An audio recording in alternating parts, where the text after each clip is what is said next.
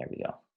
So for our Fight Chat Friday this week, we're looking at the final from 2017, minus 78 kilo sparring between Colm Carroll from Ireland and Riley Philip Towers from New Zealand, which, you know, an interesting final. It ends up being a little bit one-sided, but a very interesting final all the same, with very contrasting styles. So, Richie, will we jump in? Yeah, let's go for this. It's a good fight, and as you said, very contrasting styles, and I'm sure we'll get into that as we go along. Definitely. Whoops. It'd help if we start from the start.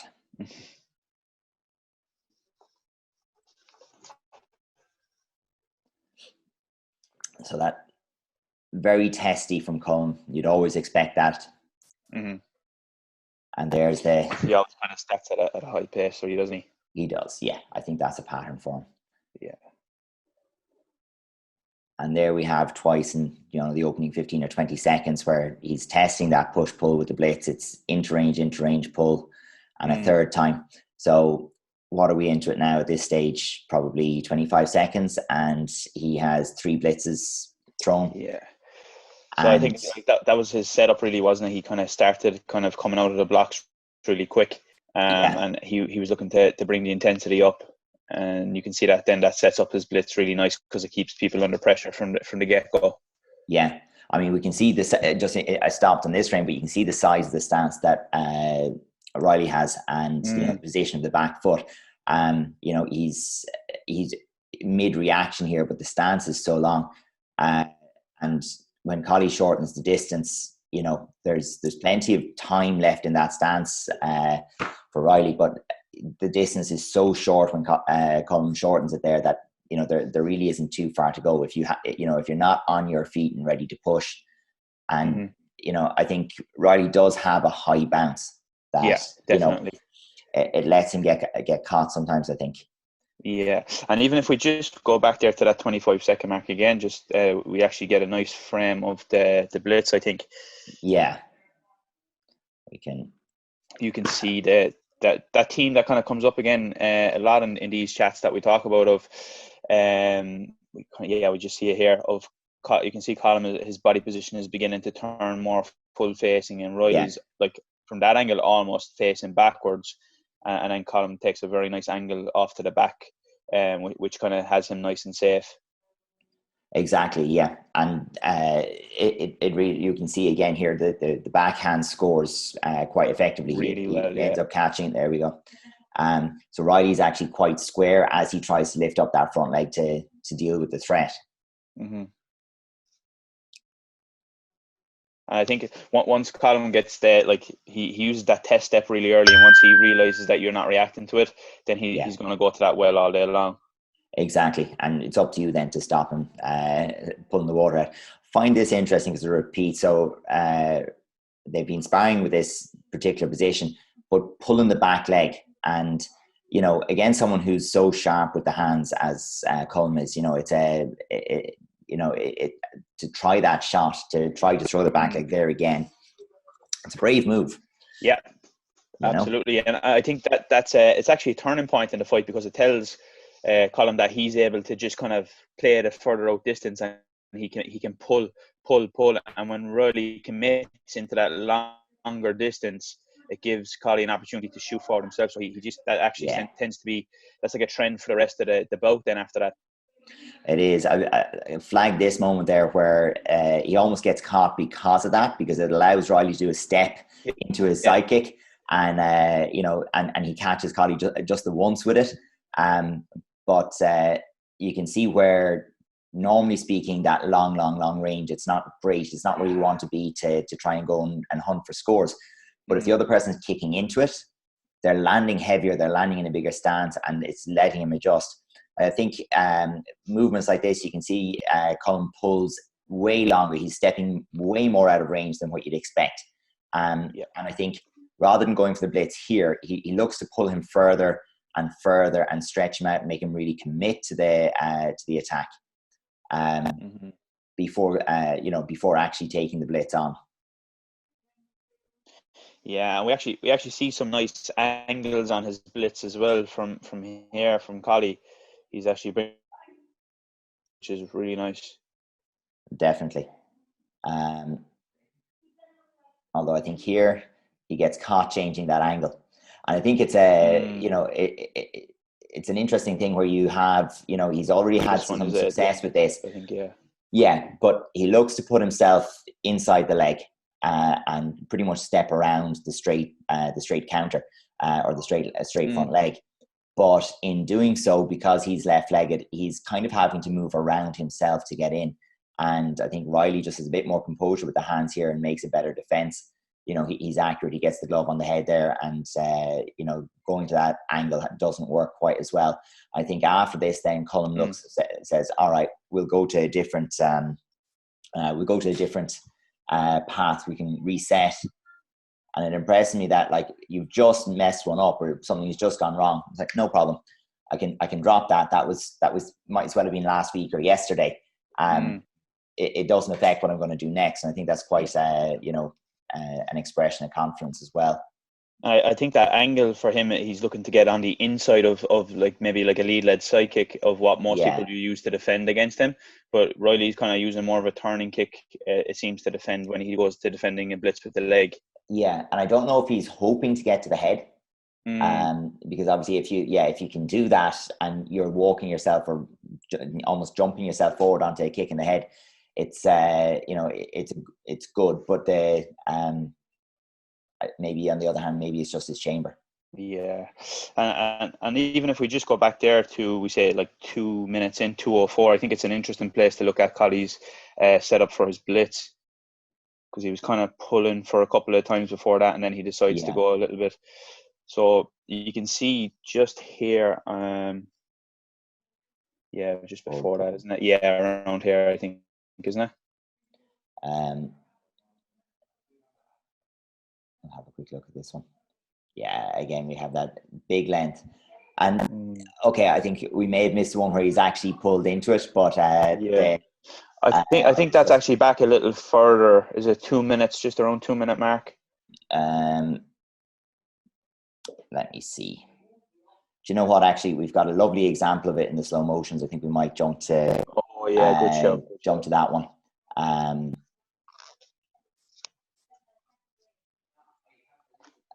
Did I get to that?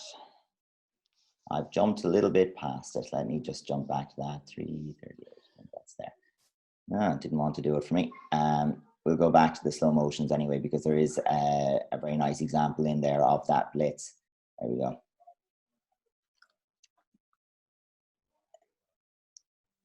And there's a real, like you were saying, in terms of the body position when it starts, and you see it in the super slow-mo. Riley's generally landing or moving into it. You can see his body weight is dropping into his stance here. He's on the way down from the bounce. And as he's dropping, Colm's already, 3/4 extended. Yeah. So the distance his hand has to cover from there, like before Riley can even start to come up from the lowest part of his bounce, he's hit. So that's just an example where the timing is just bang on.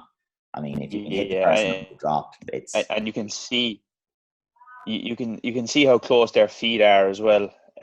Compared to look at his upper body is pretty much fully extended on the first punch, but their feet are so close. So I think that's an important thing that he uses to set that up really well. That's it. And even here, his back foot as he's moved in it's literally on Riley's toes. So it's letting him get in there. And I mean, it's rare that you'll see a blitz score 2 clean punches, but I think in that case, you're very likely to get, or you have a very good chance of getting 2. And this is the same position, or the same situation again, just as we go into the next one. You look at the very start of it and think it's really, really good to look at that technique in full. Riley's landing, he, at the moment, he's still in the air and coming forward. And as he's doing that, Colm's already into the forward lean.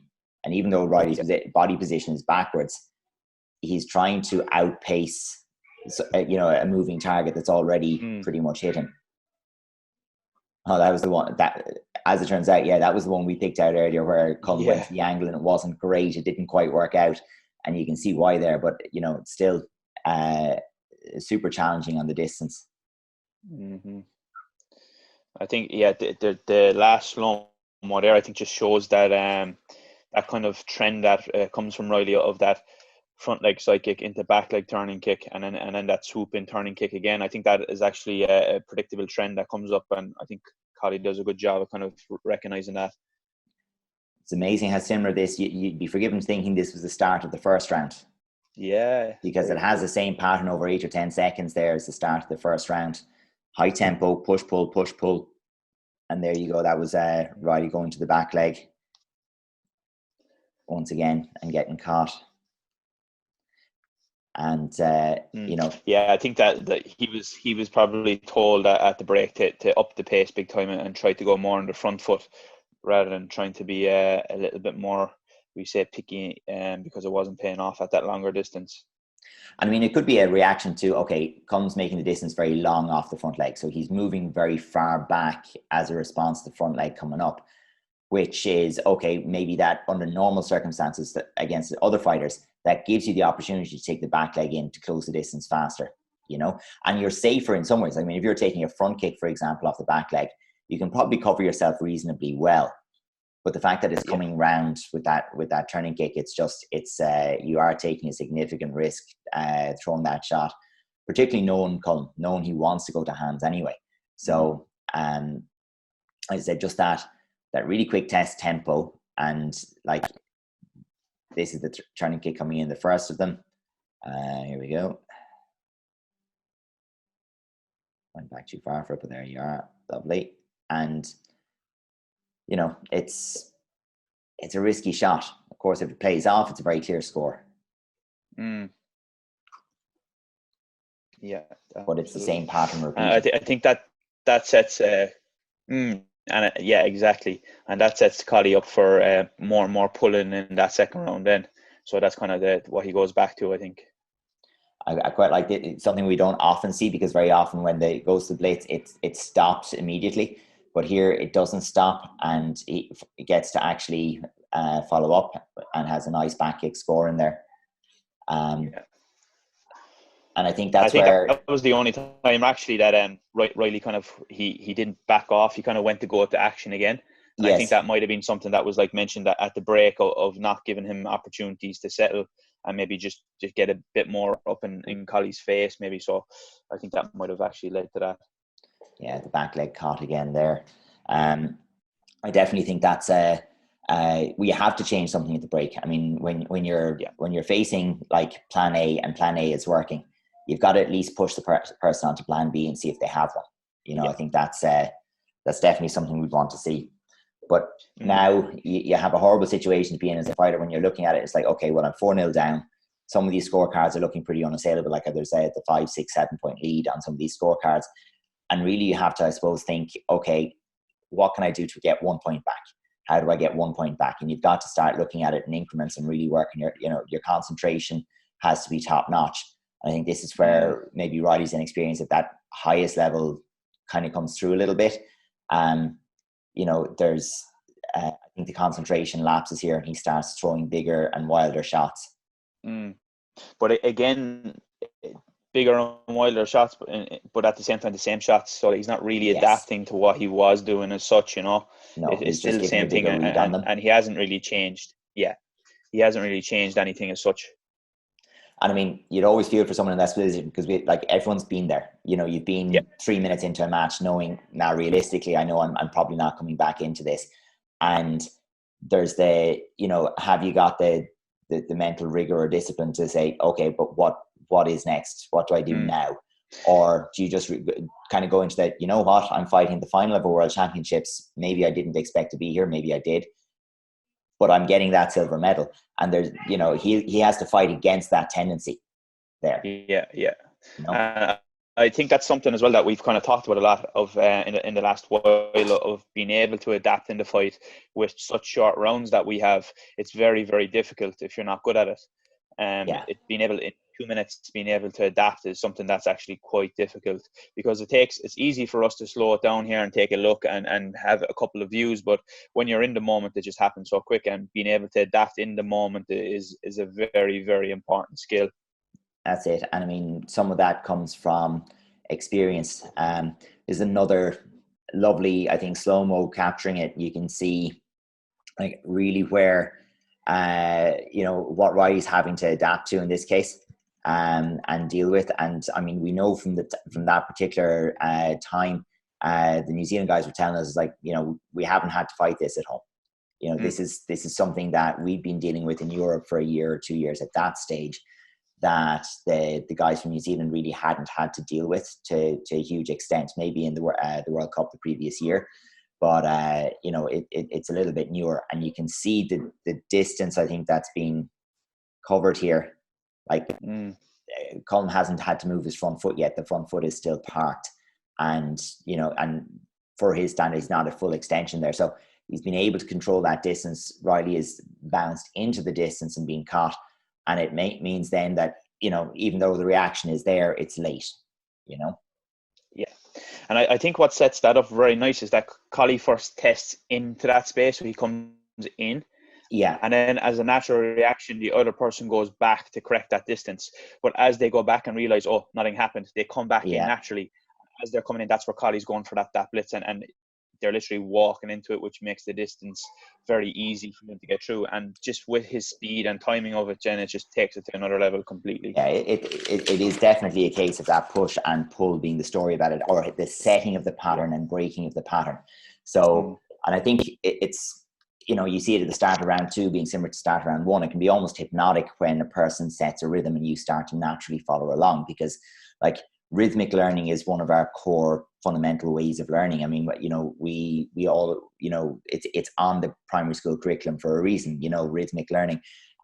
We learn that way. We, you know, that's how we appreciate music. It's how we manage speech. It's how we, you know, get an understanding of intent, you know, from, you know, is someone excited? Well, the rhythm of their speech changes, you know.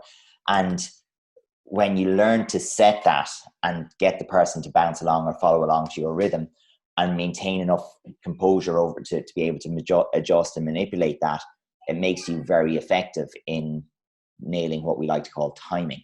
And there's a tendency for people to say Colm is fast. And he's not. He's fast, but he's not just fast. He's fast because he's at the right moment.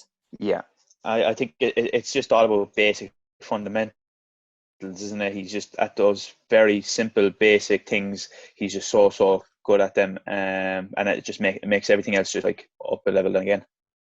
Yeah, and I mean, it's unfortunate even to pick someone like Colm out and say, well, what can you do if you've got a fighter who can't kick or who can't do this or who can't do that and has only got one, you know? I mean, it's not true, but I mean, it's a great case study on, you know, well, what if a fighter can only use one technique? Or, you know, well, the reality is you've never only got one technique. I mean, most spars happen with side kick, turning kick, and punches. But like, what changes is the rhythm, the distance, the, you know, the variation in the setup, you know, the awareness of where you are in the ring. Another huge deal in that is that Colm, considering he's going to hands and he's avoiding almost all of the kicks, and he's against a taller fighter, and you could even see it previously in this round with Colm Madoff's, he concedes one warning the whole match. So he's able his ring position there, was exceptional in that match. I mean, he anytime he's in danger of having to concede space, he can take that blitz and steal back a mat or two. You know, I mean, that's a huge deal. And, you know, because of that, he's mostly fighting, you know, within a safe distance of the edge of the ring, that he can concede that mat and a half to the taller or leggier fighter if he needs to. And they have to risk coming to him. Yeah. And as you said before, it's like, well, if they risk coming to him, he can meet them in the middle. Yeah. And I think, you know, it's an exceptional study of rhythm, distance, and timing. Yeah, the basic fundamentals of what we're doing, and he's just so good at them. Yeah, and for me, I mean, that's my takeaway from this video as well, is, you know, when I'm going back to my own students and saying, well, if, you know, look at the things, these are always in your control, or they're always something you can take control of. And regardless of the techniques you're going to use, whether you're going to be an aggressive fighter, a counter fighter, or whatever else, look at what you can achieve if you control, you know, the distance between you and your opponent, your position in the ring, and the tempo of the match. I mean, if you can control those three things, and we talk about that in our club an awful lot, but if you control those three things, or you recognize that you've lost control of one of those three things, your next step in terms of getting control back is, well, just pick one that you know, that you can control. So if your opponent's taller, okay, he controls range better than I do. how can I make him uncomfortable by changing the tempo or the position that we're in the ring? And then maybe I can come back and control range later and be inside of his range. You know, and I think that's, you know, why I like this fight. It's a, you know, it's a nice study of that. Yeah, definitely. You know, I think just what you said there, that Collie is almost always in control of those three controllables, to be fair, you know, and I think that's what kind of makes him so special. People might look at just the techniques, but there's so much that goes on behind just the techniques themselves. That's only what puts him in the position to get the scores, but it's the things behind that is what's so important, you know. Yeah, and I mean the other thing is, like, I mean, okay, you could watch other matches, and one thing you'd say about him, and maybe it doesn't show so much there, is the emotional side of it.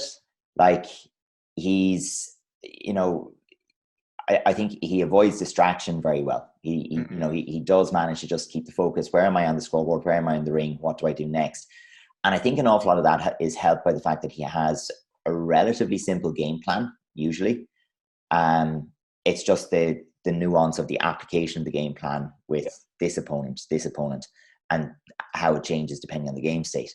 And, you know, you can see when he's done his initial work and he has a lead and you have to commit a little bit to chase him. Oh, nightmare. Nightmare. Yeah. So for me, as I said, a very enjoyable match with a lot of lessons in it. And, you know, it's one that some videos are great to watch, or some fights are great to watch as a spectacle or as a contest. And while this was a match and a contest in the final of a World Championships, for me, it's a great educational video, and it's one that I find that, you know, it can definitely relate to the kids and to your fighters coming through, you know, and to hammer home a point. Yeah, absolutely. No, great one. And as just we go back to again, it's not really about the visual things you see, but more of the things that come underneath that and support that are the important factors, I think. Definitely. All right. I think that's enough for this Friday. Yeah. Well, very good. Absolutely. So, until next week. And I suppose have a good weekend. We'll catch you very soon.